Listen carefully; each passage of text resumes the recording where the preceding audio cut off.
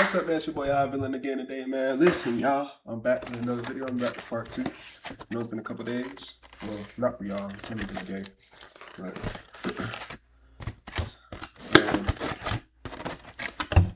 I got some food here. I'm gonna show y'all real quick. I got some badaya tacos. Yes, sir. Oh, y'all can't really see. And I got a baked potato. You know what I'm saying? I don't know why they keep giving me sour cream, because sour cream is nasty. We don't eat sour cream over here. And I got some Berea ramen, alright? So that's what we eating on today. But I'm gonna go ahead and get to the video, man. So my name's Villain. I react to crime videos. I'm a little saying them right, but you is too for watching these videos with me. And if you're doing any type of video, or not video, but if you're doing any type of crimes, I'm gonna need you to click off the video because I ain't trying to be in no interrogation room saying I gave you the idea, alright? So yeah, go ahead. Just go ahead and click off. But if you're new to the channel, man, hit that subscribe button, hit that post notification bell, and let me show y'all this. We just finna get into it. Let me show y'all this. Yeah, that sauce. Ramen. I'm finna put the cilantro and onions in it. While I do that, I'll go ahead and play the video for y'all. Part 2.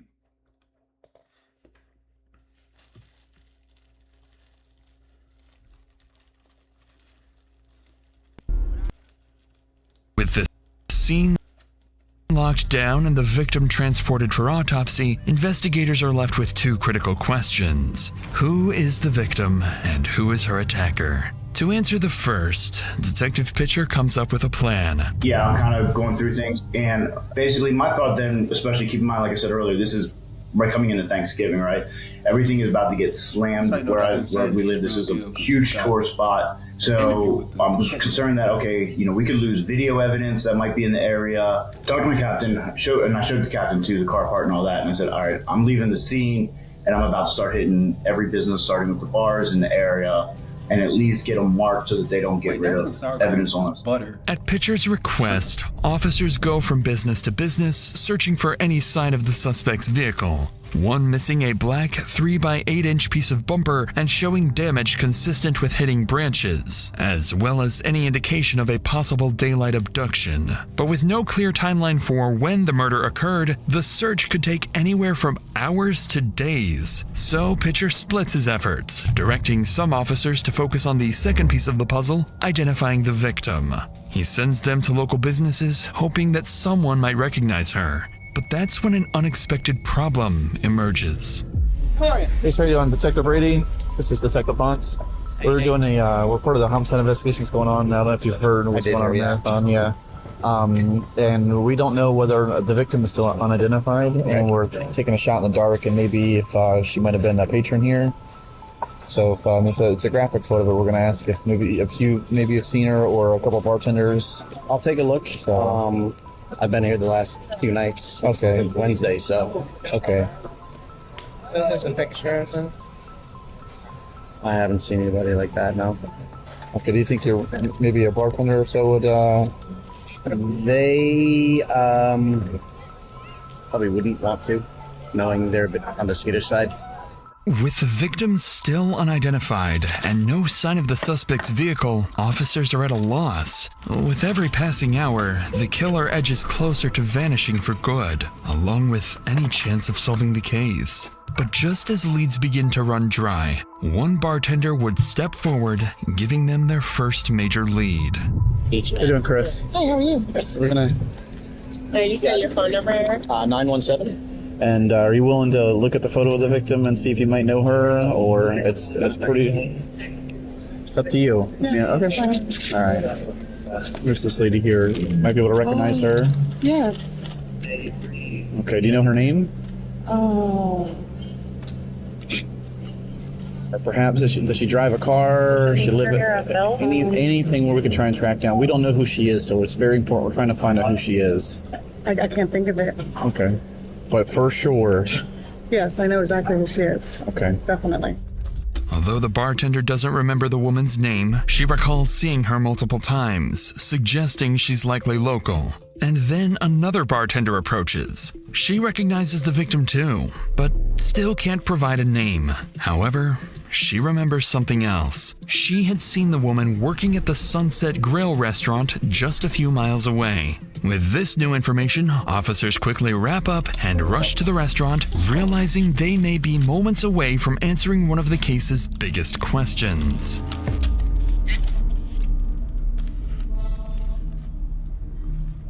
How are you? Hi, I'm Stephanie. Detective Rosa DiGiovanni. The reason that I'm asking is, has she ever worked for you?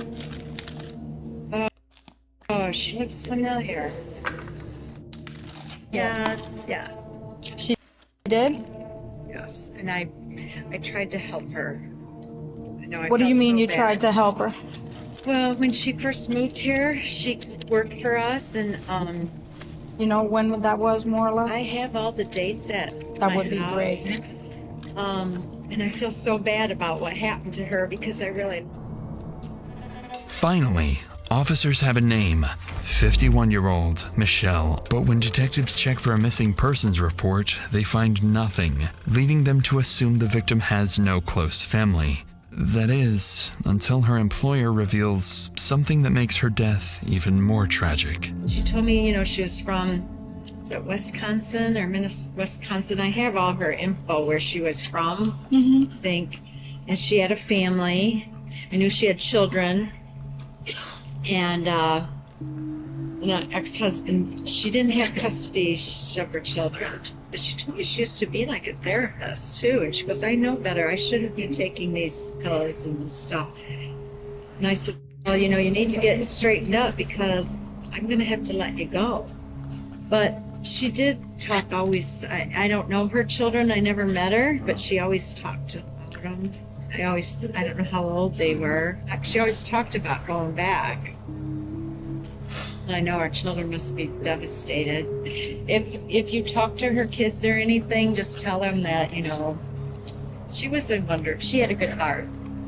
She did. That's basically what we're trying to get for her kids, She did. And I always thought that too. I thought, God, I wish her kids knew that I really liked. Thanks to her employer, officers are able to get into contact with several of Michelle's family members in Janesville, Wisconsin. All of them describe her the same way, kind, with a good heart, but after moving to Florida, she lost contact with them. This information is immediately relayed to Detective Pitcher, who now has one question left to answer. Who is her killer? And that answer may be closer than they think. That time the captain says, all right, I'm going to send a picture of this car part to a buddy of mine who's in narcotics. He is extremely good with cars. She literally sends him this little bit of what turned out to be a bit of a fender. He comes back. First thing, he sends a text. All right, it's going to be from a van, full-size van like this. Within 15 minutes of that, he sends a picture and says it's going to be this type of van. That picture he sent actually ended up to even be the exact same color, everything as the van, as a suspect van, like to the T. But in my mind, I'm thinking, number one, 50% chance it's actually going to be the suspect vehicle. Being able to match that to vehicle, yeah, probably not going to happen. Naturally, Detective Pitcher is skeptical, but he still relays this information to officers combing through CCTV footage. And to his complete surprise, after 6 hours of finding nothing of value, they're about to stumble upon something big. I don't know how to download it from the system, but he's fixing to go past here in just a minute. Need anything else from us? No, bro. I'm just going to find this vehicle and then try to clip this. I found him. He's right here. Office Max is a ripoff. Right there. At last, police spot what they believe to be the suspect's vehicle, a black and silver Dodge conversion van, visibly damaged with pieces missing. And once they run its license plate, detectives can begin reconstructing the killer's movements piece by piece. He's gonna go by, I'm sure. My bad for less commentary. I'm hungry as hell. There he goes, right there. Yeah, 1207. He will let you, yeah. That's the van right there. With the scene locked down and the victim transported for... That's in the part 2, y'all. Gonna go ahead and get into part 3. Make sure you hit that subscribe button, like button for your boy. Peace.